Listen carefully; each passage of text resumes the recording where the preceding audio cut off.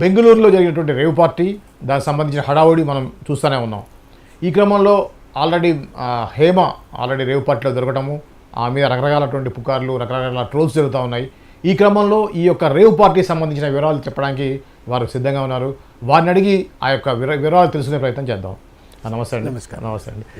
ఏంటండి యాక్చువల్గా ఇప్పుడు మీకు ఆల్రెడీ కన్నడ అంటే బెంగళూరుతో మీకు బాగా కనెక్షన్స్ ఉంటాయి, అదేవిధంగా తెలుగులో ఉంటాయి. సో తెలుగు ఇండస్ట్రీలో ఇప్పుడు మనం చూస్తూ ఉన్నాం, ఈ యొక్క హేమ గురించి బాగా వినిపిస్తూ ఉంది. సో యాక్చువల్గా ఈ రేవ్ పార్టీ ఎలా జరిగింది, వాస్తవాలు ఏంటి, మీకున్న ఇన్ఫర్మేషన్ ఏంటండి? జరిగిన పార్టీ వివరాలు లేకపోతే it's rave party, it's a common party. Every year ఒక ప్లేస్లో కండక్ట్ చేయడం అనేది కామన్. అది దొరుకుతూనే ఉంటారు, చేస్తూనే ఉంటారు. అంతకుముందు గోవా అడ్డాగా ఉండేది. గోవాలో ఇప్పుడు కొత్త సీఎం వచ్చినప్పటి నుంచి అలాంటివి జరగట్లేదు. They stopped. అక్కడ అసలు మనం ఎతికినా కూడా దొరకదు. అంత కామన్ జనాల్లో ఉండేది అంటే గోవా అనగానే మందు, వ్యభిచారం విచ్చలవిడిగా ఉంటుంది, డ్రగ్స్ ఉంటాయి అని ఒక అపోహ ఉంది. అది అపోహ నిజం కదా?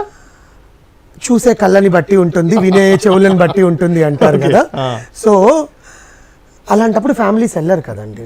ఎందుకు ఇప్పుడు ప్రపంచ విమాన సంస్థలన్నీ కూడా గోవాకి మాత్రమే రేట్స్ ఎక్కువ ఉన్నాయి, మిగతాకి లేవు. ఏ కాలంలో చూసుకుని ఇప్పుడు అందులో రైనీ సీజన్ స్టార్ట్ అయిపోయింది. జూన్, జూలై, ఆగస్ట్, సెప్టెంబర్ 4 నెలలు రెయిన్స్.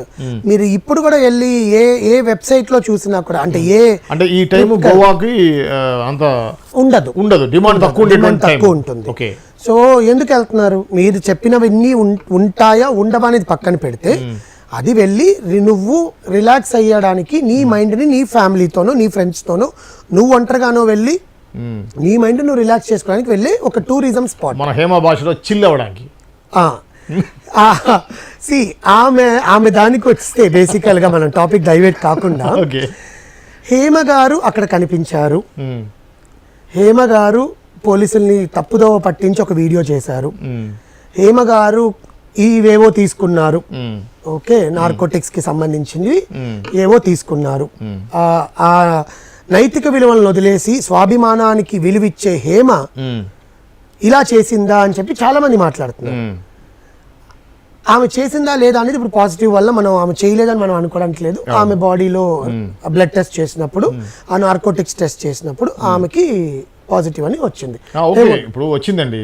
మామూలుగా బియర్ లో కూడా ఆమెకు తెలియకుండా వేరే వాళ్ళు కూడా ఆ పార్టీలో కలిపి, అదే నేను చెప్పబోతున్నాను. 86 మందికి పాజిటివ్ వచ్చింది ఆమె దాంట్లో. ఆమె అక్కడికి వెళ్ళింది. ఆమె నేను లిక్కర్ తీసుకున్నాను ఎప్పుడు చెప్పలేదండి. ఓకే, దట్ ఈస్ ఆమె పర్సనల్. ఓకే, మొన్న ఒక ప్రముఖ యూట్యూబర్ ఛానల్లో కూడా అన్నపూర్ణమ్మ గారు, నేను అంతకుముందు వైన్ తాగేదాన్ని, నాకు అది హెల్త్కి పడలేదు అందుకని ఆపేశాను అని చెప్పింది. ఇంకొక ఇంటర్వ్యూలో జయలలిత గారు, మన సీనియర్ యాక్ట్రెస్ జయలలిత గారు, ఆమె కూడా అదే చెప్పారు, నేను కూడా తీసుకునేదాన్ని అండి అది ఇది అని చెప్పి. That is not wrong. But అక్కడ ఆమెకి ఎవరైనా దాంట్లో కలిపారా, అసలు ఏ టైప్ ఆఫ్ డ్రగ్ ఉండేది ఆ టెస్ట్ లో తెలుస్తుంది. అది డిఫరెంట్ టైప్ ఆఫ్ డ్రగ్స్ ఉంటాయి కదా, ఇట్స్ లైక్ గ్రీన్సా లేకపోతే ఇంకేదైనా పౌడరా లేకపోతే ఇంకేదైనా అనేది ఆ నార్కోటిక్స్ దాంట్లో తెలుస్తుంది అనమాట. కానీ అక్కడ జరిగిన పిక్చరైజేషన్ సీసీ కెమెరాల్లో మనకు విజువల్స్ ఏమీ మనకి రాలేదు, ఆ లోపల ఏం జరుగుతుందా.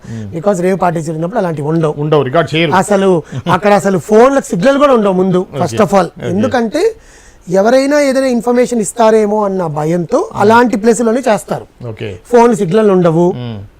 నువ్వు అక్కడి నుంచి బయటికి రావాలంటే కొన్ని కిలోమీటర్ దూరం నడిచి నీకు వెహికల్ అంటే నువ్వు ఇంకా ప్రపంచానికి సంబంధం లేని ప్లేస్ కి, జన సందోహానికి సంబంధం లేని ప్లేస్, దాని ఒక అడవి కూడా అంటారు. ఇంకా అడవిలో జంతువులు ఉంటాయి, మళ్ళీ దానికంటే ఎక్కువ ఉండే ప్లేస్కి వెళ్తారు వీళ్ళు. ఆమె వెళ్ళిందా లేదా అనేది మనం ఈ 5-6 రోజుల నుంచి చూస్తూనే ఉన్నాం.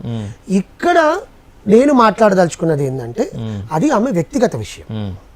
ఒక పార్టీకి వెళ్ళడం, సెలబ్రిటీ కాబట్టి నువ్వు ఇంత చేస్తున్నావు. దాంట్లో ఇంకా 86 మంది ఉన్నారు కదా. దాంట్లో ఎంతమంది సెలబ్రిటీలు ఉంటారు? పొలిటికల్ సెలబ్రిటీస్ కూడా ఉన్నారు. సెలబ్రిటీ అండి, అది పొలిటికల్, ఎడ్యుకేషనల్ ఇన్స్టిట్యూషన్, సినిమానా,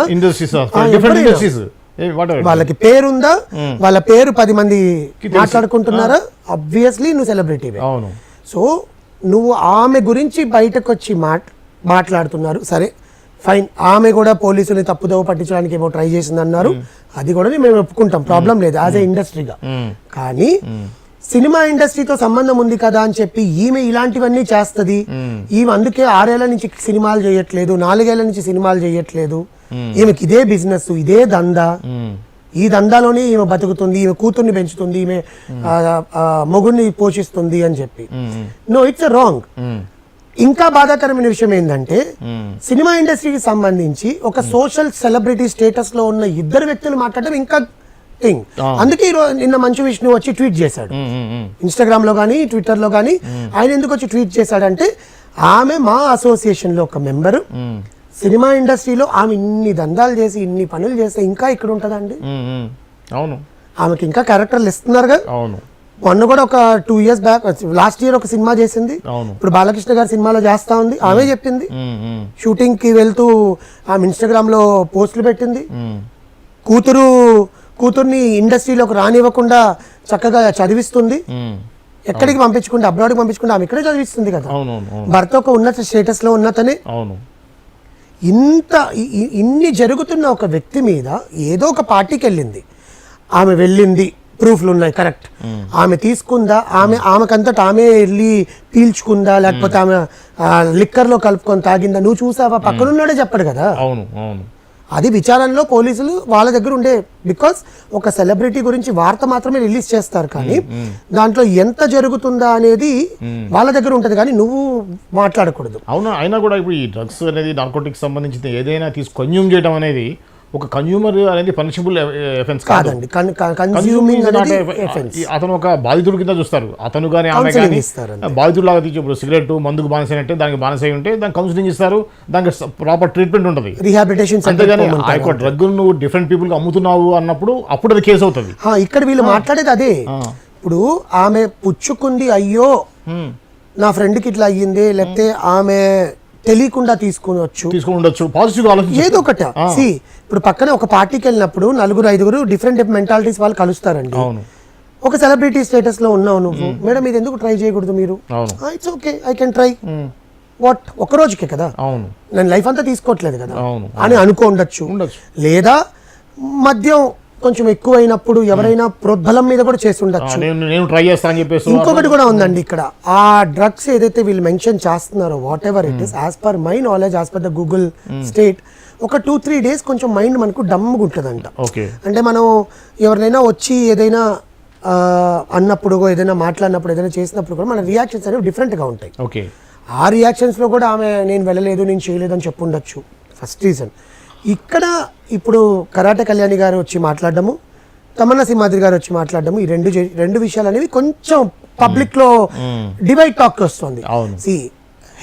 హేమ గారు ఇలాంటి మనిషే, ఈమె ఆడవాళ్లతో సినిమాకి వచ్చిన కొత్త ఇండస్ట్రీకి వచ్చిన కొత్త అమ్మాయిలంతా వల వేసి పట్టుకొని నీకు ఛాన్సులు ఇప్పిస్తాము, నువ్వు ఈ ఇండస్ట్రీల దగ్గరికి పో, ఈ బ్యాంకర్ దగ్గరికి పో, ఫీమేల్ ఎస్కాటింగ్ చేపిస్తాము, అలా చేసే మనిషి అయితే ఈ రోజు వరకు ఇండస్ట్రీలో ఉండరండి, ఎప్పుడో పంపించేస్తారు. ఇంతమంది పెద్ద హీరోలు అయితే ఎంకరేజ్ చేయరు, అంతమంది హీరోలతో సినిమాలు తీసింది, అంతమంది పెద్ద పెద్ద డైరెక్టర్లతో చేసింది ఇండస్ట్రీలో. అందులో మా అసోసియేషన్ లో ఒక ముఖ్యమైన పాత్ర పోషిస్తున్నారు. ఓకే, ప్రతి ఒక్కరికి హేమ అంటే మా ఇంట్లో పిల్ల అనుకునేలాగే చూస్తారు. ఆమె వ్యక్తిగత విషయం వేరు, ఇండస్ట్రీ విషయం వేరు. నువ్వు ఇండస్ట్రీలో ఉంటూ ఇండస్ట్రీలో ఉన్న ఒక మనిషి గురించి నువ్వు ఇలాంటి వ్యాఖ్యలు, నన్ను ఇంకా నయ్యో, ఆమె కరాటే కళ్యాణ్ గారు చేసిన వ్యాఖ్యలు ఏంటంటే, నేను అప్పుడేదో తప్పు చేస్తే నన్ను ఇట్లా మొత్తం రోడ్డు మీదకి లాగి మాట్లాడారే, ఈమెనేం చేయాలని మాట్లాడుతున్నారు, ఇంకా ఆమె నన్ను కూడా అమ్మేయాలనుకుందని చెప్పలేదు. లాస్ట్ కి చెప్పేస్తుంది, రేపు పొద్దున్న వచ్చి ఇదే చెప్తుంది. ఇప్పుడు ఈ వీడియో చూసి నన్ను కూడా అమ్మో నాకు గుర్తొచ్చిందండి, ఇప్పుడు నేను మొన్న చూసానని చెప్తాను ఆమె.